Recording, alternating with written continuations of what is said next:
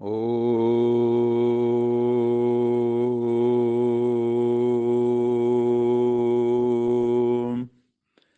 शांति।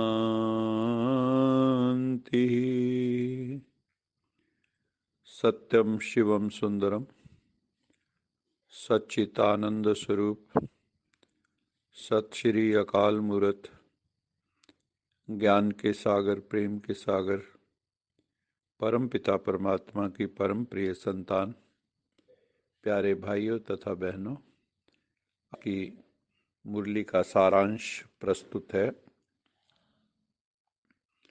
आज बाबा ने कहा, मीठे बच्चे, तुम अभी वंडरफुल रूहानी यात्री हो। तुम्हें इस यात्रा से जन्म जन्मांतर के लिए निरोगी बनना है।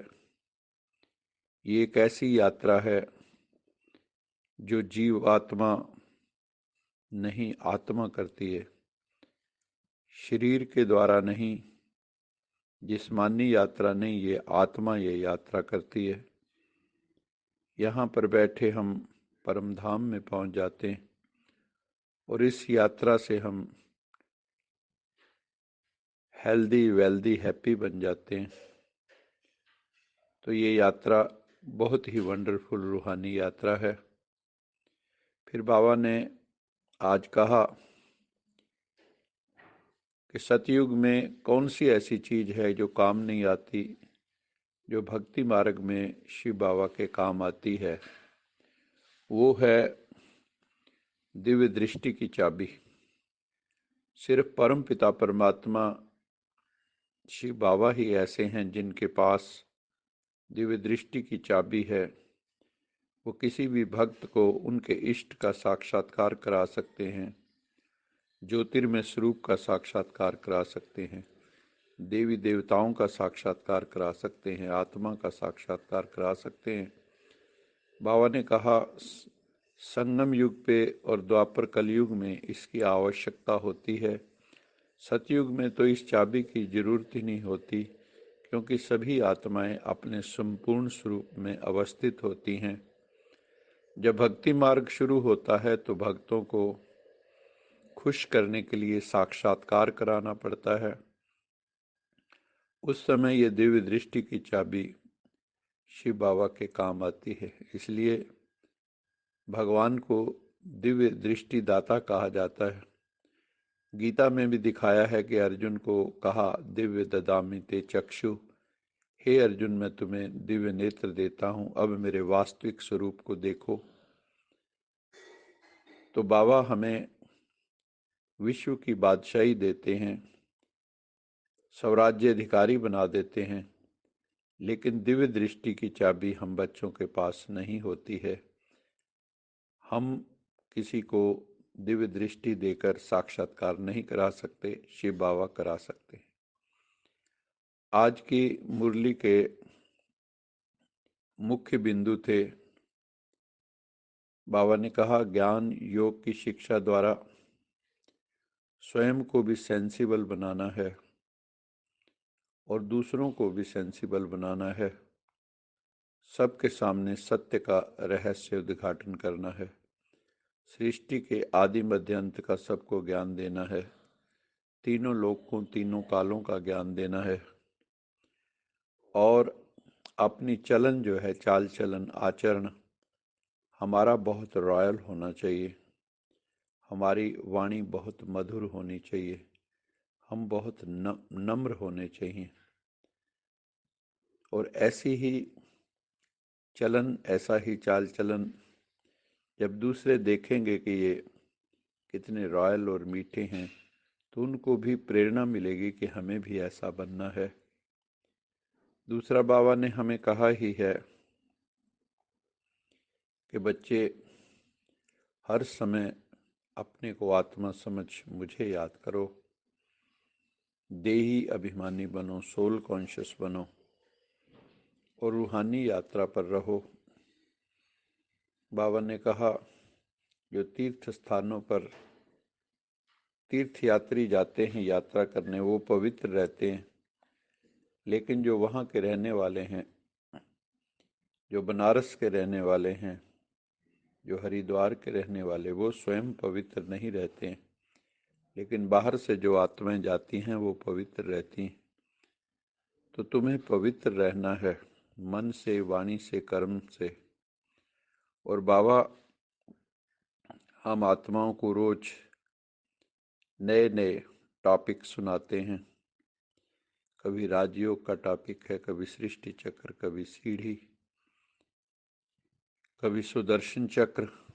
तो ये एक एक टॉपिक पे हमें विचार सागर मंथन करना चाहिए,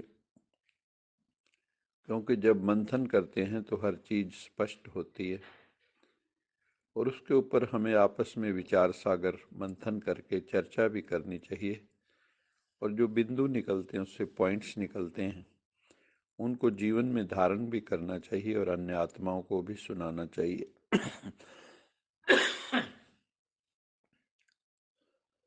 आज के वरदान में बाबा ने कहा, जो बच्चे सदा अंतर की स्थिति में अथवा अंतर स्वरूप में स्थित रह अंतर्मुखी रहते हैं, वो कभी किसी बात में लिप्त नहीं हो सकते। तो हमें बाबा ने प्रेरणा दी है कि सदा अंतर्मुखी होकर रहना है, क्योंकि अंतर्मुखी सदा सुखी होता है। अंदर ही खोए रहना है, बाह्य मुखी नहीं बनना है। बाह्य जगत में इंद्रियों के टू मच इन्वॉल्वमेंट में नहीं जाना है, नहीं तो फिर हम लिपायमान हो जाएंगे। और अगर अंतर्मुखी रहेंगे तो निर्लिप्त अवस्था में रहेंगे, न्यारी प्यारी अवस्था में रहेंगे। पुरानी दुनिया, पुराने संबंध, जो पुराने हमारे रिश्ते नाते हैं, संपत्ति, पदार्थ, जो अल्पकाल और दिखावा मात्र है, ऐसी आत्माएं उनसे धोखा नहीं खाएंगी। नहीं तो जीवात्मा की कामनाएं बहुत, उसको बहुत कुछ चाहिए, पंप एंड शो बहुत चाहिए। कलयुग में बढ़ भी बहुत गया है। तो बाबा कहते हैं नहीं तो फिर धोखा खा लेंगे। अगर पुरानी दुनिया से दिल लगाया, किसी से दिल लगाया, किसी पदार्थ से, वैभव से, संपत्ति से दिल लगाया, तो अध्यात्म में हम धोखा खा लेंगे, गिर सकते हैं। इसलिए अंतर स्वरूप की स्थिति में रहने से स्वयं का शक्ति स्वरूप जो गुप्त है वो प्रत्यक्ष हो जाता है। अगर हम खोए रहेंगे भीतर की अवस्था में, अपने आत्म स्वरूप में, स्वाध्याय में खोए रहेंगे, तो हमारा जो शक्ति स्वरूप है वो प्रकट हो जाएगा। जो अभी गुप्त है, जो अभी गुप्त है, सुषुप्त है, जो भी लेटेंट है, डॉर्मेंट, वो प्रकट रूप में आ जाएगा, हमारा शक्ति रूप। हमें वेस्टेज स्टॉप करनी होगी, और अंतर स्वरूप में जो स्थित रहते हैं उनका वेस्टेज स्टॉप हो जाता है। तो इसलिए बाबा कहते हैं अंतर स्वरूप की स्थिति में स्थित रहने से स्वयं का शक्ति स्वरूप जो गुप्त है वो प्रत्यक्ष हो जाता है, और इसी स्वरूप से बाबा की प्रत्यक्षता होती है। जब हम शक्ति रूप हो जाते हैं, देवियों को दिखाते हैं ना शक्ति स्वरूपा, शिव की जो पार्वती है उनको भी कई जगह काली रूप धारण करते दिखाते हैं, शक्ति स्वरूपा बनता दिखाते हैं। और इसी स्वरूप से बाबा ने कहा कि बाबा की प्रत्यक्षता होगी जब हम नॉलेजफुल के साथ साथ पावरफुल भी बन जाएंगे। तो ऐसा श्रेष्ठ कर्तव्य करने वाले ही सच्चे स्नेही हैं।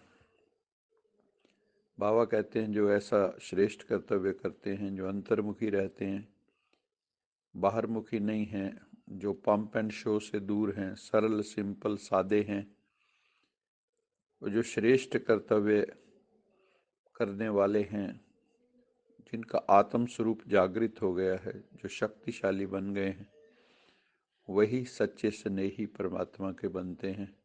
ऐसा श्रेष्ठ कर्तव्य करने वाले। आज के स्लोगन में बाबा ने कहा निश्चय और जन्म सिद्ध अधिकार की शान में रहो तो कभी परेशान नहीं होंगे। एक तो हमें निश्चयात्मक बुद्धि बनना है, स्वयं में भी निश्चय, बाबा में भी निश्चय, दैवी परिवार में भी निश्चय और ड्रामा में भी निश्चय जब हमारा होगा और हम हर समय अपना जन्म सिद्ध अधिकार, ईश्वरीय जन्म सिद्ध अधिकार याद रखेंगे कि ये हमारा ईश्वरीय जन्म है, परमात्मा से हमें वर्षा मिल रहा है, सुख शांति आनंद पवित्रता शक्ति का। जब हम इस शान में रहेंगे तो कभी हम परेशान नहीं हो सकते। अच्छा, मीठे मीठे से खिलते बच्चों प्रति माता पिता बाप दादा का याद प्यार गुड मॉर्निंग। रूहानी बाप की रूहानी बच्चों को नमस्ते। हम रूहानी बच्चों की रूहानी माता पिता बाप दादा को याद प्यार गुड मॉर्निंग और नमस्ते।